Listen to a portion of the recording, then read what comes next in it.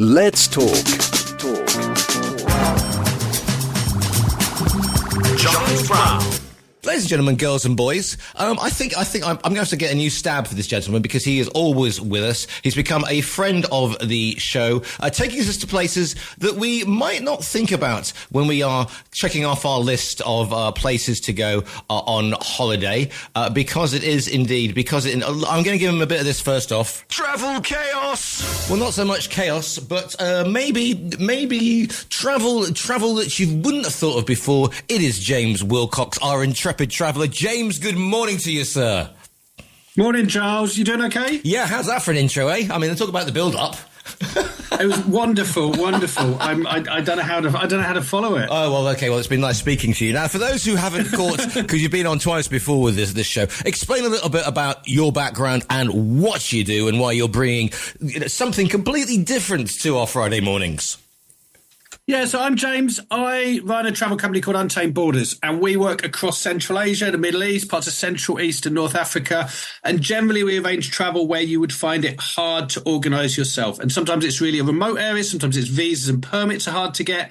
And sometimes what we're most known for is because there's a higher security risk, or at least a perceived security risk. So we're talking about Iraq. I've talked about Libya and Afghanistan on this show. We might later on in other episodes, if I'm allowed back, Giles, talk about Syria and talk about Pakistan and talk about Yemen and lots of other exciting places that I love taking people to. Because you see, the problem is that we are coloured by our perceived vision of the world. And I'm not going to get all deep and meaningless with you on a Friday morning, James, but what we tend to see is when we see Iraq or when we see Syria or when we see Libya, we think, people with headscarves on, with Toyota Land Cruisers and the pickup and, with 40 cal machine guns, basically causing havoc. However, when you talk about a place called, and I'm dying to go to Libya, because of the Roman ruins that are untouched, but Iraq, we are talking Babylon. We are talking cradle of civilization. We are talking some of the most mighty empires that have ever been there, James. Absolutely. And just to touch on a point, I mean, in the last month, of course, we've seen the news and we've seen lots of terrible things happening. And to a point, these have happened in Iraq. But I've also seen on my messages of my Iraqi friends, Iraq qualifying for the World Cup and everyone in Baghdad being out waving flags and driving around in cars and having an amazing time. Because what we see on the news is true, but also lots of other things happen. And a world exists that we don't see because it's quite sort of banal, but it exists as well. But you are right. Iraq was also known in the past as Mesopotamia, and that means the land between two rivers. These rivers, the Euphrates, and this is the Tigris. And they are basically the reason Iraq exists. It's a desert with these two huge rivers running through it. And because of the irrigation of these rivers, this is where human beings first settled down and created city-states. It's where the Sumerians first invented writing. It's where they first invented measuring time. The reason we measure time in 60 seconds and 60 minutes is because of the Sumerians and how they counted. Right. It's where money and the wheel and trade and cities first started. This is the cradle of civilization. It's a bit of a cliche, but it's exciting. It's where we became kind of who we are now. So the wheel and how we count and add time. It's nothing really much to write home about there, then, James. Let's do the logistics first. How are we getting to Iraq? Okay, so right now, due to things you might have read in the news over the last month, the Iraqi airspace is only just reopening because it's in the middle of the conflict we're seeing. But on a normal day of the week, you can fly. There's no direct flights from the UK, but there are flights via the Gulf when those airports are open and via Turkey. And that goes to Baghdad. So Turkish fly, Emirates fly, Qatar Airways, all these airlines that people are familiar with fly. Or you can travel, if you go to Iraqi Kurdistan, we'll talk about the slight difference between these two areas of Iraq in a bit. You can fly with the same, and lots of different Turkish airlines like Pegasus, which is a budget airline, fly into Erbil. So there's lots of options to get there. Right, so size. I mean, because people, I know, should we talk about its neighbour, who they don't really get on that well various times, but one of the things that people don't sort of realise is how bleeding huge Iran was. Iraq's isn't exactly the Isle of Wight, is it, either? No, it's a big country. I mean, it's probably a similar size to something like France, but because it's based around the two rivers, most of it's quite easy to navigate because you're going to travel essentially from north to south or from south to north. Yeah. And so although it's a large country, most of the places are on a long ride between the rivers and up into Iraqi Kurdistan. So although it is quite a large country, unlike its neighbour Iran or other places, it's quite easy to work out what you're going to do along that route. So I'm thinking, this is between these two rivers, and when we talk rivers, we are talking massive rivers. We're not talking sort of, it makes the Thames look like, looks like a stream, look like Runnymede. So I'm imagining that we're looking at lots of arable land, marshland. Cities would have, because obviously cities would have grown up on river banks for trade, etc. So we're talking about sort of lush, because again, we tend to think of anywhere in that sort of area as sort of dusty and sand dunes, which it obviously isn't. Well, I think the thing that's going to surprise you most is in the far north, in Iraqi Kurdistan, where we run ski holidays, for example. Which sorry? You might find surprising in Iraq. No. Don't tell me you can come back with a Kurdish ski cap. I mean, that would be the ultimate. You can definitely get a Kurdish a Kurdish ski cap. Ski Iraqi Kurdistan T-shirt. We don't do caps, but we do T-shirts. So... And there are huge mountains. I mean, the highest peak in Iraq is Halgan at 3,600 meters, which is higher than anything in the Pyrenees, you being in Spain. So it has in the far north, in the Zagros Mountains, these huge mountains, which is where the water all comes from for these great rivers, of course. And as you go down the rivers, it is a little bit stereotypical. There are palm trees, there are irrigated areas, but it is quite a dry country. But when you get down to the south where the rivers meet, you get these huge marshes, and the marshes were about the size of Wales. Like, this is a huge marshland area. This is where they think in the Bible the idea of the Garden of Eden came from. And in fact, there's a tree there which they claim to be Adam's tree, which obviously isn't Adam's tree, but it's signposted as Adam's tree. But this marshland is so different from the rest of the country. You hear birds singing. There are just reeds as far as the eyes can see are these marshes, and people live in these marshes and have lived there for thousands of years. Now, if you were a small boy of the 70s, as I was, you would have grown up watching Saturday morning TV, and there was always the Arabian Nights, and there were cartoon series, and we grew up watching, I don't know, Thief of Baghdad and all that sort of, Size of a Lion, etc. And so Baghdad, I mean, I'll drop my most unfavorite word in iconic. It's romantic. Baghdad historically at one point was the biggest city in the world, and the trading capital of the world, where, as people say about Constantinople stroke Istanbul today, it was where East met West, wasn't it? Absolutely, because when Islam came to the Middle East, the centre was Damascus initially under the Umayyads, but it moved very quickly after about 100 years to Baghdad under a guy called Harun al-Rashid. And all of these Arabian Nights stories, supposedly they were told to him one each night by a slave girl. So rather than Scheherazade, wasn't it? Lovely Scheherazade. Exactly. Rather than get ravaged by Harun al-Rashid, she came up with a different story each night. So it might be Sinbad on one night, Aladdin the next night, Ali Baba and the 40 Thieves on the other night. But Harun al-Rashid, it became a centre of learning. There was a place called the House of Wisdom where he collected all the knowledge from the world. And we're talking 1,200, 1,100 years ago, 1,000 years ago. Baghdad was the centre of world knowledge. It was the centre of world culture. It was known as the Round City because it had this round walls. And there's not a lot of it in Baghdad left today from that period. But if you go further north to a place called Samarra, there is this incredible spiral minaret, which you walk on the outside to walk up it. If people Google it, the Samarra minaret, it's quite remarkable. And so you see some of these monuments to that era dotted around. But that was when Baghdad was the centre of the world. Now it's kind of a modern Middle Eastern city. Mm-hmm. There are little bits here and there. There's a place called there's a street which has these old cafes in, which has storytellers. People sell poetry. And when I was there was on a Fridays they often have these poetry slams. So someone will read out some poetry, and then another poet will try and sort of outdo them on the poetry. So some of that remains, maybe not in the buildings, but certainly in the culture. We've got a poet off, have we? We've got it's like the break dancers used to do back in my day, except we're bringing Pam Ayres with us this time. Absolutely, yeah. It's like a rap battle, but a poetry battle. Absolutely, that's the closest thing I can describe it as. Now, the people, I've just said off air, one of my best friends is a gentleman called Nader Hamid, who listeners will know because he's a bloody great musician as well.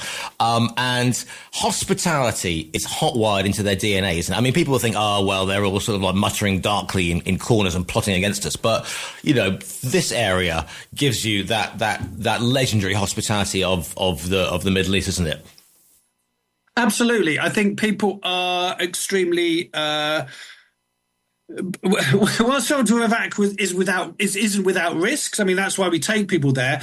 On a personal level, hospitality is very clear. People will often want to pay for your meals. They will often want to invite you for cups of tea, often want to invite you to people to stay. It is absolutely hardwired in, both with the sort of the Arab Iraqis in the south and the federal Iraq, and also in the north with the Kurdish Iraqis as well. Okay, we keep saying Kurds here and Kurds there. So let's deal with the issue of the Kurds, because they tend to. I do a phone-in show on a politics show on a Tuesday, and people talking about because whenever there's a problem, the Kurds seem to pop up and sort out or be the great harbingers of freedom, or at least sticking one to whoever's enemies is at the time. So what's the situation with the Kurds? And I mean, how do we approach the Kurds apart from very, very carefully?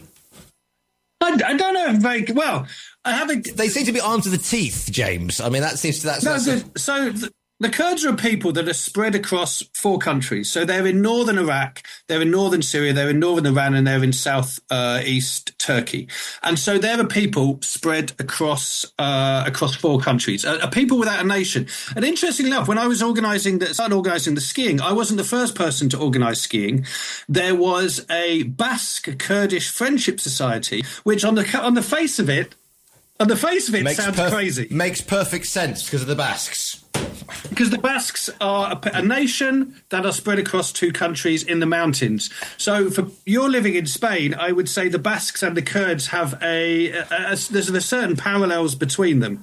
And because of this, the Kurds in each of these 4 countries at different times have tried to carve out their own country within it. And at the moment in Iraq, out of all of those 4 countries, the Kurds in Iraq have the most autonomy. So there's a Kurdish regional government, and it has a lot of autonomy. They have their own military. They don't have their own money, but they have their own government.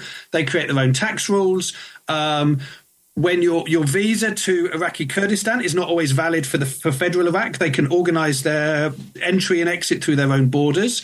But there's a lot of discussion about whether they can sell their own oil, and there's lots of political stuff. This isn't a political section. Yeah. But essentially, it has its own autonomous area. And as a rule, the security is better in Kurdistan, which is why we do things like the skiing there, not just because of the mountains, but it's also a safer area, which is why also there's a big trail called the Zagros Mountain Trail, which is a 9-day trek between different villages in the north. And one of the best things, if you go to Iraqi Kurdistan, is they have a New Year's festival in the spring equinox on the 21st called Nowruz, which is what the Persians also have. But if you speak to a Kurd, it's not the Persian New Year, it's absolutely the Kurdish New Year. These are separate things, despite being on the same date and having very similar processes in the festival. And there's a place in the mountains where everybody gets fire on big fire sticks and does this huge parade up a mountain, and with fire, with fire, and sets a huge fire at the top, which is wonderful. Wow. Yes, indeed. Security, you mentioned that, and saying the Kurds have got, because again, most of us, our knowledge will be, the chaos after the Desert Storm operation when they got rid of Saddam and all that.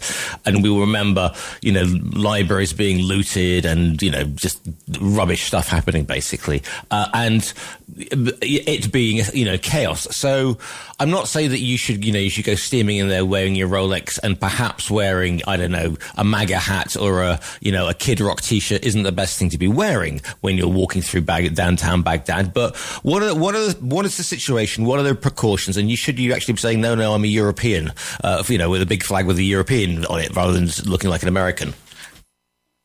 Well, the first thing I would say is, when you talk about wearing the Rolex or not, the level of sort of street crime or muggings, it would be lower than in a certainly, but in a South American city, probably a North American city or a European city.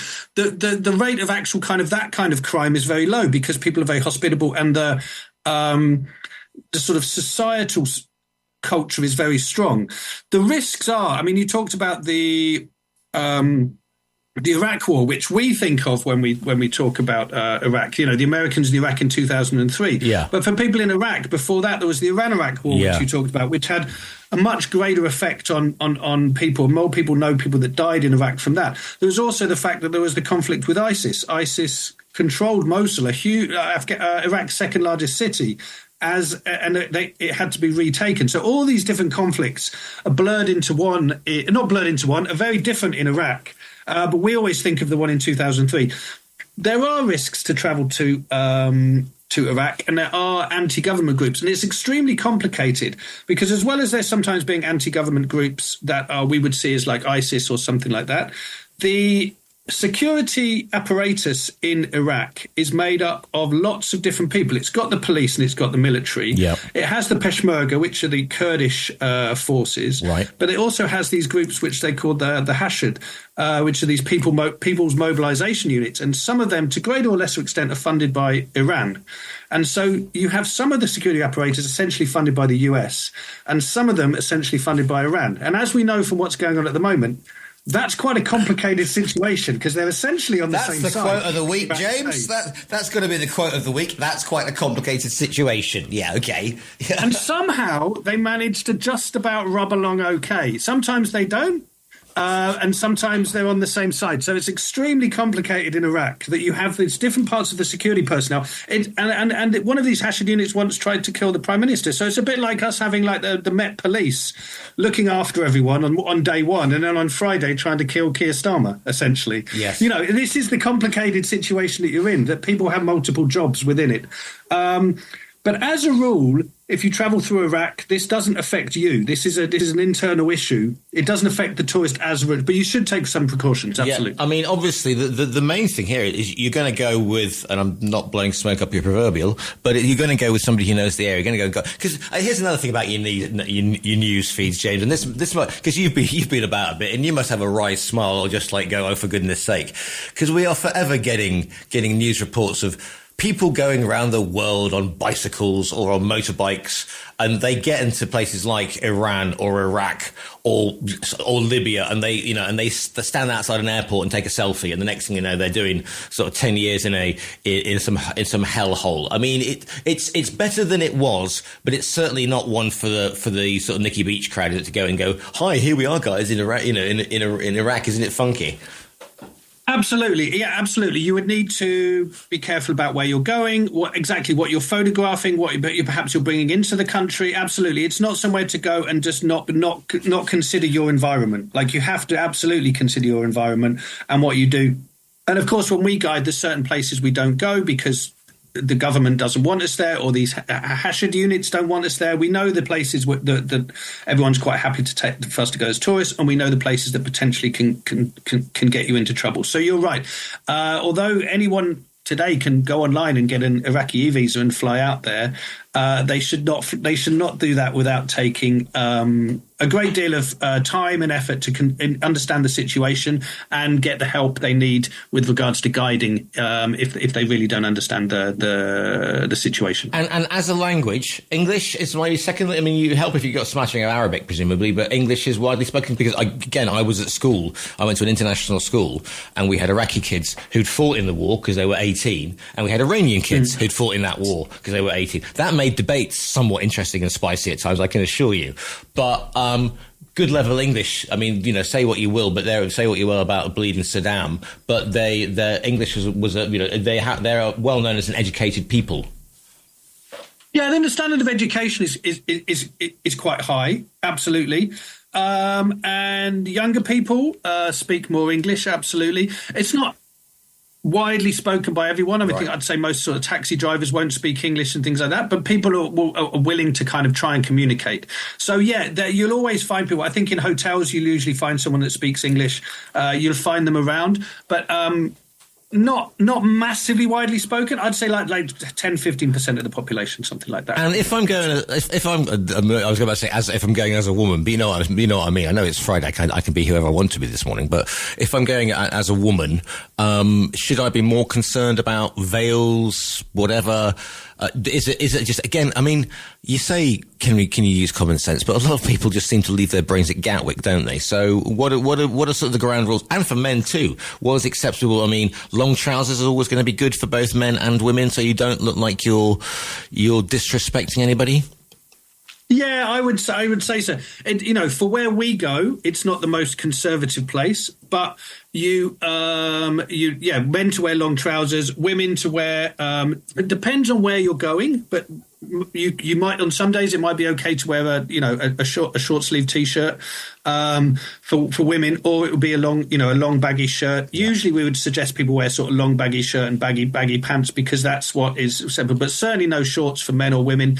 And if you go to some of the holy places, because Iraq has the two holiest places for Shia Muslims, Karbala and Iraq. Mecca is the Mecca, of course, for Sunni Muslims, but Karbala is where people want to go if they are Shia. And if you go there, you're given basically women are given an extra long dress to wear, because they have to be completely covered. And these holy places, I mean, is it sensory overload? I mean, is it really quite something special? Because, I mean, we can go to, I don't know, we can go to Canterbury Cathedral and go, yeah, that's nice. Is that where Beckett got his comeuppance? But not, and we can go to, I don't know, go to the Alhambra and go, yeah, that's a nice palace. But presumably these sites are absolutely quite on another level. Yeah, so in Karbala, there are two shrines, one for Hussein. And Hussein was, after the Prophet Muhammad died, I'll do this extremely quickly, there was essentially a schism between how they thought who should be ruling Islam. Yeah. And this is essentially the split between Sunni and Shia Islam. And there was a battle at Karbala, and Hussein managed the Shia forces, but the Shia troops ran away. They left him, and he was killed. And so everybody in Shia religion, you cry for Hussein, like you feel you have your own guilt. If people have ever seen pictures of Ashura, which is one of the holiest days in Shia Islam, people flagellate themselves with whips and things like this on their backs, and there's a lot of crying. And actually, a Shia friend of mine said it's good for us, because when we cry, I think of the problems I have in my own life, and I let it out. And in quite a macho culture, I think that's good that you have a channel to get that emotion out. And so you can imagine at Hussein's tomb, there's a lot of crying. There are people carrying coffins in to be blessed beforehand. There are people weeping and kissing the shrine. This is a really powerful place. This is not... There's no gift shop. There's no gift shop. Emotional place. Absolutely. It's very powerful. So, because we've been talking for about almost 25 minutes on this one. What would you, if I've got, what are we talking? You need 10 days minimum, presumably, to even get a handle on this place. So what if we rock up with you, James? What are we doing? What are we doing? What's the itinerary, would you say, for a 10-day? Well, I would suggest people, if they can, watch a series presented by Michael Palin called Into Iraq. It's a 3-part series, which I was fortunate to guide him and the film crew through Iraq, from Turkey in the north down to Basra in the south. So if you had 10 days, I would kind of follow what we did there, which was we started at the Nowruz celebrations in Acre with the big fire festival, and then we travelled down via Samarra with the spiral minaret to Baghdad, to Babylon, to see the ruins of Babylon, then to the holy city of Karbala. Yeah. And then we travelled down to see some of the Sumerian sites, the ziggurat of Ur, which is like one of, this is the remains of one of the things, the marshes, and then ended up in Basra. And that is what I would suggest. Can I just get my little hat on? Because people know that I'm that worst sort of creature, an armchair historian. Can we just, but also archaeology-wise, can we just confirm that the Hanging Gardens of Babylon were nowhere near Babylon? Well, I mean, what were the Hanging Gardens? Because what both the Babylonians and the Sumerians had, their holy places were these ziggurats, these kind of stepped pyramids. But isn't it a princess from somewhere else comes and she wants to see it? She's from the mountains, and so they think that they might have been sort of layered gardens, but it was in a place sort of 20 kilometers north of Babylon. It begins with an N. Is it something like that? And that's the one that I like. Oh, so are we doing Nineveh? That's the one. So Nineveh is basically Mosul in the quite far north. Yeah, but I think that the Hanging Gardens were the ziggurats, because what we have to do is we have to look at what people were talking about back in the day. So when we look at the Bible, they talk about the Tower of Babel. Yep.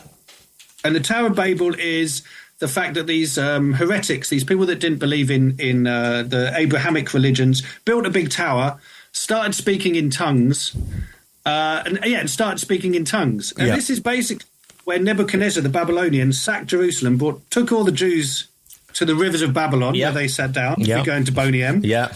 And they saw these ziggurats. They saw these big towers, and then everyone's speaking in tongues. Well, of course they're speaking in tongues. They're just speaking in another language because they're in a different place. So I think just the towers, the Hanging Gardens of Babylon, were just a ziggurat with some trees planted on it. That's my opinion. Come on. Well, don't get me started on Cyrus the Great and the people being released from Babylon. We'll be here till next Monday.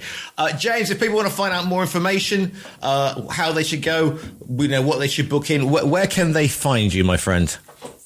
Untamed Borders is the company. So the website's www.untamedborders.com. Info Untamed Borders if you've got any questions. And Twitter handle, Facebook handle, and Instagram handle are all at Untamed Borders. So you can find us all there. Drop us an email. Ask us any questions at all. James, it's always been brilliant to speak to you. So you can now put Iraq on your list of places to do. Go and find yourself a ziggurat. What else are you going to do over the weekend? James, thank you so much for your time today. Thank you, Giles. Great to be on your show.